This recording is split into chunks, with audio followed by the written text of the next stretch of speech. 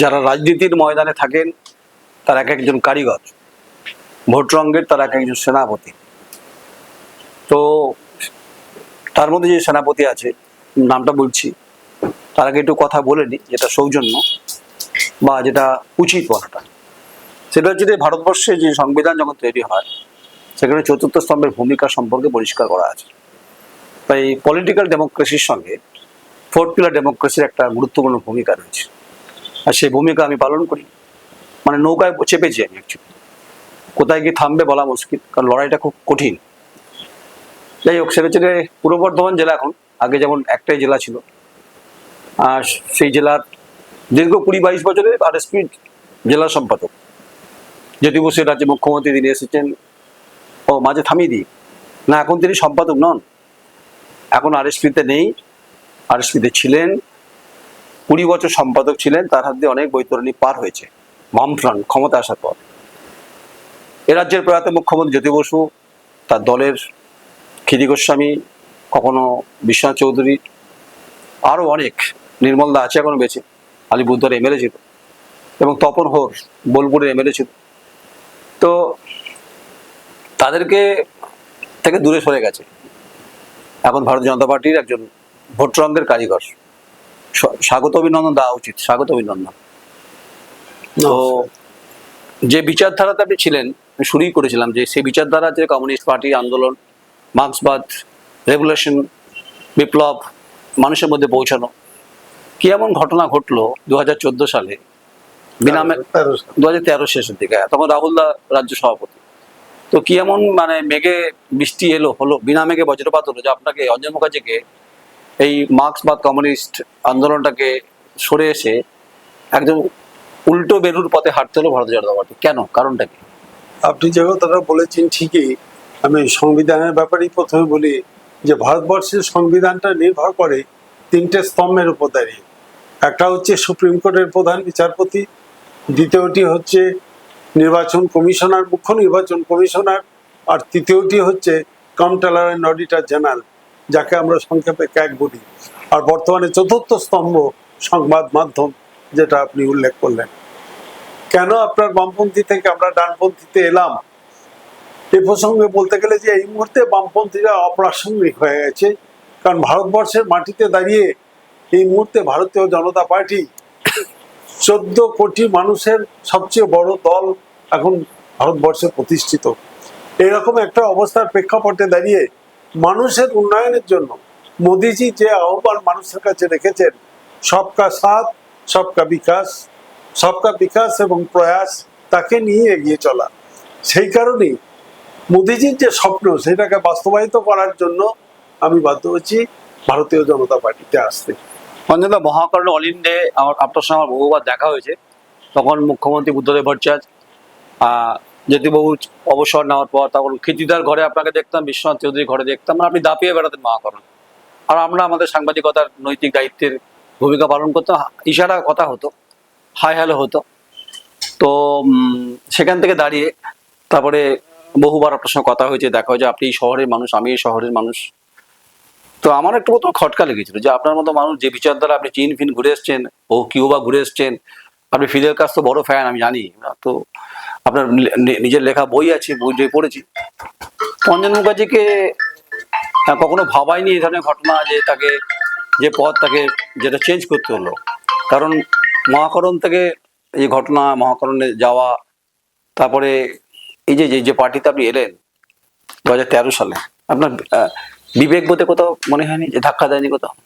দেখুন, দীর্ঘ অভিজ্ঞতার মধ্যে দিয়ে এইটুকু অন্তত বুঝেছি, এই মুহূর্তে ভারতবর্ষের মাটিতে দাঁড়িয়ে মোদিজি, শ্যামাপ্রসাদ মুখার্জি, পশ্চিমবাংলা এবং দীনদয়াল উপাধ্যায়জি যে সমস্ত স্বপ্ন মানুষের কাছে রেখে গেছেন, সেগুলোকে বাস্তবায়িত করতে হলে এই মুহূর্তে মোদিজিকে ছাড়া ভারতবর্ষ মানুষের আর কোনো উপায় নেই।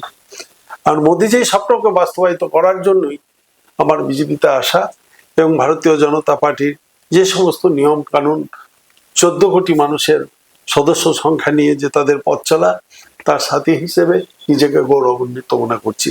আপনি জানেন আমার পেছনে যে ফটো রয়েছে, দীনদয়াল উপাধ্যায়জি আছেন, ভারত মাতা আছেন, সাথে আমাদের শ্যামাপ্রসাদ মুখার্জি রয়েছেন। আজকে যে মানুষটার জন্য আমরা পশ্চিমবাংলায় এই যে খোলা আকাশের নিচে দাঁড়িয়ে নিঃশ্বাস প্রশ্বাস নিচ্ছি, সেটা আপনার হতো না যদি না শ্যামাপ্রসাদ মুখার্জি থাকতেন। তো এরকম একটা অবস্থায় দাঁড়িয়ে ভারতীয় জনতা পার্টি ছাড়া এবং মোদিজির যে স্বপ্ন সবকা সাথ সবকা বিকাশ, সবকা বিকাশের সাথে সবকা প্রয়াস, তার যে পথ চলা এবং গোটা বিশ্বগুরু হয়ে যেভাবে তিনি চলছেন, এবং আজকেও তিনি যেভাবে আজকে নর্থ বেঙ্গলে সভাটা করলেন রাজ মেলা ময়দানে লাখো লাখো মানুষের উপস্থিতিতে, সুতরাং এদেরকে ছেড়ে এই মুহূর্তে যাওয়ার কোনো 2013 সাল 2013 সালে যখন আমি মুরলীধর সেন লেনে, আমি তখন বড় বৃহত্তর মিডিয়া জাগি করতাম, তখন আপনাকে দেখে আমি চমকে গেছিলাম। হঠাৎ করে অঞ্জন মুখার্জি বর্তমানের মানুষ আরএসপি করা জেলা সম্পাদক এই অফিসে কেন? তো তখন এই রাজ্যে তার দায়িত্বে ছিলেন, সেই দায়িত্বে আপনি তাদেরকে চেনেন, আপনি আমাকেও চেনেন। সাংবাদিকতার ক্ষেত্রে অনেকের সঙ্গে সম্পর্ক থাকবে, এটাই স্বাভাবিক। তো প্রশ্ন স্বাভাবিকভাবে এগুলো আজকে উঠে আসছে, কারণ উঠবে যে মানে আপনি প্রথম অমিত শাহকে এই জেলায় নিয়ে এসছেন, এবং হচ্ছে আপনি তখন সবে দায়িত্ব নেওয়ার পরে হচ্ছে 2014 সম্ভবত 15তে 20শে জানুয়ারি। তো আপনি সেই সভা করেছেন, সভাতে আপনি আয়োজক ছিলেন না, রাহুল দা তখন রাজ্য সভাপতি ছিল।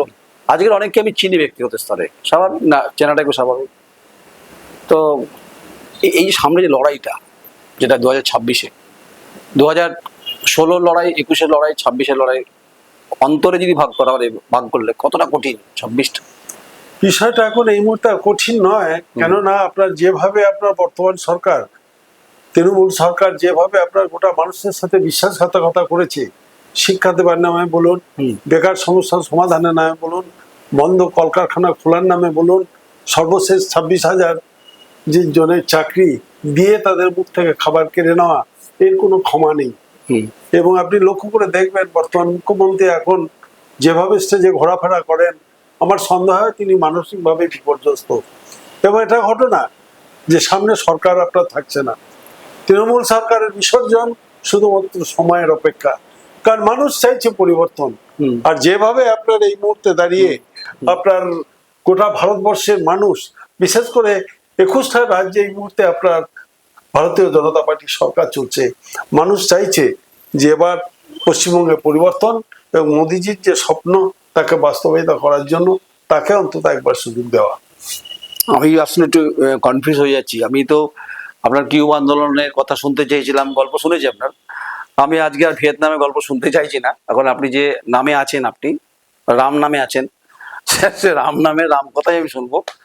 রাম আমাদের ভারতবর্ষের কুলদেবতা, কুলদেবতার পরে আপনি আপনার সম্মান করবেন, আমি আমার বিচার দ্বারা সম্মান করবো কি বা ভক্তি করবো কিনা সেটা আমার ব্যক্তিগত ব্যাপার। এই যে বর্তমান দক্ষিণ বিধানসভা কেন্দ্র, যে বিধানসভা কেন্দ্রে আপনি আছেন, আপনার এই ভবনে, উমা ভবন, তো আপনি কি বুঝছেন গোটাটা কি পরিস্থিতি? চারিদিকে 35টা ওয়ার্ড, বিভিন্ন অবৈধ নির্মাণ, বিভিন্ন রাস্তাঘাট খুঁড়ে অমৃত প্রকল্পে জল আসবে, আদৌ আসছে না, এবং সিন্ডিকেট তলাবাজি, বিভিন্ন অভিযোগ আসছে। এগুলো কিভাবে আপনার প্রার্থীকে আপনি পেনিট্রেট করতে পারছেন আপনার অভিজ্ঞতার পরিপ্রেক্ষিতে? না না, আমাদের প্রার্থী আপনি দেখেছেন ইতিমধ্যে আপনার প্রত্যেকটি ওয়ার্ডে তিনি ঘুরেছেন, এখনো যেগুলো বাকি আছে ঘুরছেন।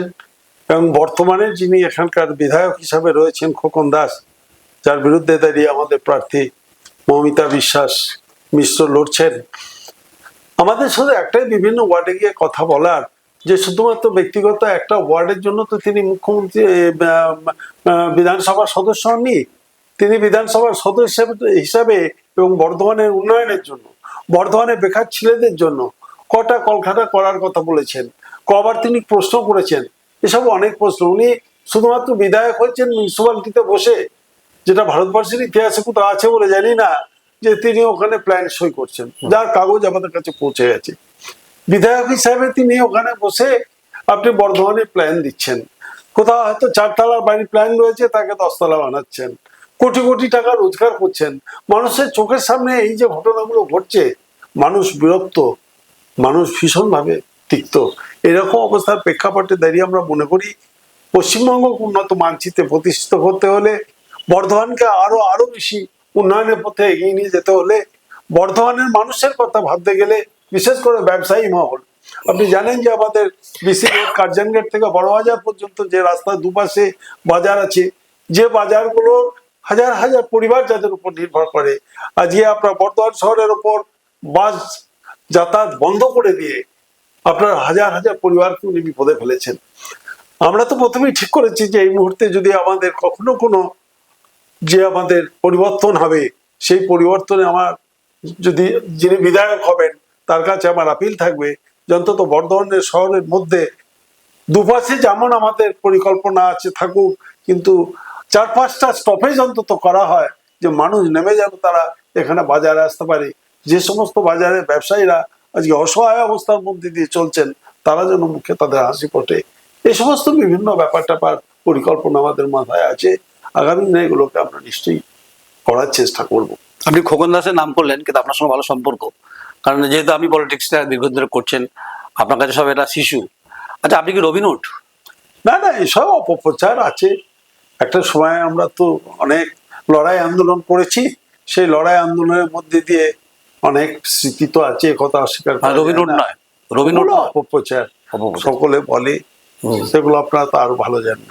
আচ্ছা, আপনার সঙ্গে অদিত চৌধুরী বিরাট বন্ধুত্ব সম্পর্ক আছে। অধীর আমাকে দাদা বলে, আচ্ছা। এবং বর্ধমানের উপর দিয়ে যাতায়াত করলে অন্তত অধীর আমার কাছে এসে এক কাপ চা খেয়ে যায়, এবং ওর সাথে অনেক সুখে দুঃখে আমার সাথে যোগাযোগ আছে। আমি এগুলো একটু মানুষকে বলতে চাইছি, কারণ আপনাকে তো অনেকে জানে না। ওই জন্য বললাম আপনি রবিনহুড কিনা। রবিনহুড আপনি হলে তাহলে রবিনহুড 2 হচ্ছে রে অদিত চৌধুরী। আপনার হাসি দিয়েই গোপেই পরিষ্কার। যাই হোক, অঞ্জন দা, সেটা হচ্ছে অনেক বিপ্লবের সাক্ষী আপনি। বাঁকা জল শুকিয়ে গেছে, স্রোত নেই আর। স্রোত ফেরানোর দাবিটা খুব গুরুত্বপূর্ণ, খুব গুরুত্বপূর্ণ। কারণ শহরের ফুসফুস হচ্ছে রে বাঁকা নদী, যে নদী কার্যত অর্ধেক বুঝিয়ে ফেলেছে বিভিন্ন অবৈধ নির্মাণের ক্ষেত্রে। এবং যদি আপনারা জিতে আসেন, একদিকে দামোদর নদ যেমন শেষ হয়েছে, বালি মাফিয়ারা লুট করেছে, আমি জানি না শব্দটা ঠিক বললাম কিনা, কিন্তু বর্ধমান শহরে যে বাঁকা নদী, তার স্রোত ক্রমশ হারিয়ে গেল, আর অবৈধ নির্মাণ ক্রমশ বাঁকাকে ঘিরে হলো, যেটা ইরিগেশন ডিপার্টমেন্টের দায়িত্ব, দেখা উচিত ছিল, দেখলো না। পৌরসভার ভূমিকা নিয়ে প্রশ্ন উঠছে, যদি জিতে আসেন এটা দেখবেন ইস্যুটা। অবশ্যই আপনি যেটা বলেছেন, আপনি তো দীর্ঘদিনের পরীক্ষিত সাংবাদিক, আপনাকে তো আমি অনেকবার রাইটার্স বিল্ডিং এ বিভিন্ন দপ্তর আপনাকে দেখেছি। আমাদের বিগত দিনে 4টে দপ্তর যেটা ছিল, ইরিগেশন, পিডব্লিউডি, সোশ্যাল ওয়েলফেয়ার এবং জেল ডিপার্টমেন্ট, কারা দপ্তর, সেই সময়ের অনেক উন্নয়নের সাথেও আমি ছিলাম, এবং আমি এক সময় জেলা পরিকল্পনার সদস্যও ছিলাম তদানীন্তন সময়ে, এবং বিভিন্ন দপ্তরের দায়িত্বও ছিলাম। সেই হিসাবে আপনাদের যে সমস্ত চিন্তা ভাবনাগুলো আছে, আগামী দিনে মানুষের স্বার্থে যাতে এগুলো কার্যকরী হয়, এবং বিশেষ করে বেকার ছেলেদের সমস্যা যেটা এসে দাঁড়িয়েছে ভীষণভাবে, তাদের মুখে যাতে হাসি ফোটাতে পারি, তার জন্যই সরকারকে আমরা সব রকম, নতুন সরকারকে সহযোগিতা করব, এটুকু আপনাকে আমি কথা দিতে পারি। সুভাষ নস্কর দীর্ঘদিন ইরিগেশন মিনিস্টার ছিল। সুভাষ আমার এখনো বন্ধু লোক। এখন সাংবাদিকতা ক্ষেত্রে বন্ধুত্ব থাকবে। ওই যে বললাম, পিপল ডেমোক্রেসির সঙ্গে বা political democracy, people democracy, fourth democracy, এটি থাকবে। ফলে সুভাষ দাসের সঙ্গে আমার কথা হয়, মাঝে মধ্যে কথা হয়। নিজেই এখনো ক্যানিং বাজার করতে যান, জানেন কি, নিজেই হাতে ব্যাগ নিয়ে বাজার করতে যান। সজনের ডাটা কত শুনতে পাই, দেখতে পাই। তো প্রশ্নটা হচ্ছে যে এই মুহূর্তে যে পরিস্থিতি, আমি শেষ করবো প্রশ্ন, সেটা হচ্ছে being a Anjan Mukherjee, being a leader, কতটা কনফিডেন্ট জেতার ক্ষেত্রে? না, জেতার ক্ষেত্রে আমরা শুধু না পশ্চিমবঙ্গে আমরা সরকার করছি, এটা আপনি জেনে যান। পশ্চিমবঙ্গে আমাদের সরকার গঠন হয়ে গেছে, এটা আপনি নিশ্চিত থাকুন। সেটা 200 আসবে না, 200 পেরিয়ে যাবে, সেটা সাবজেক্ট টু ইলেকশন। এবং আমাদের নির্বাচন কমিশন যেভাবে দৃঢ়তার সাথে আপনার দেখছেন নির্বাচন পরিচালনা করছেন, ভালো রেজাল্টই হবে। এবং আপনি আজকে দেখবেন রাজ ময়দানে, নর্থ বেঙ্গলে আমাদের যশস্বী প্রধানমন্ত্রী নরেন্দ্র মোদীজি লাখো লাখো মানুষের সামনে বক্তব্য রেখে বলে গেছেন যে নর্থ বেঙ্গলকে আমরা উন্নয়নের পথে নিয়ে যাব।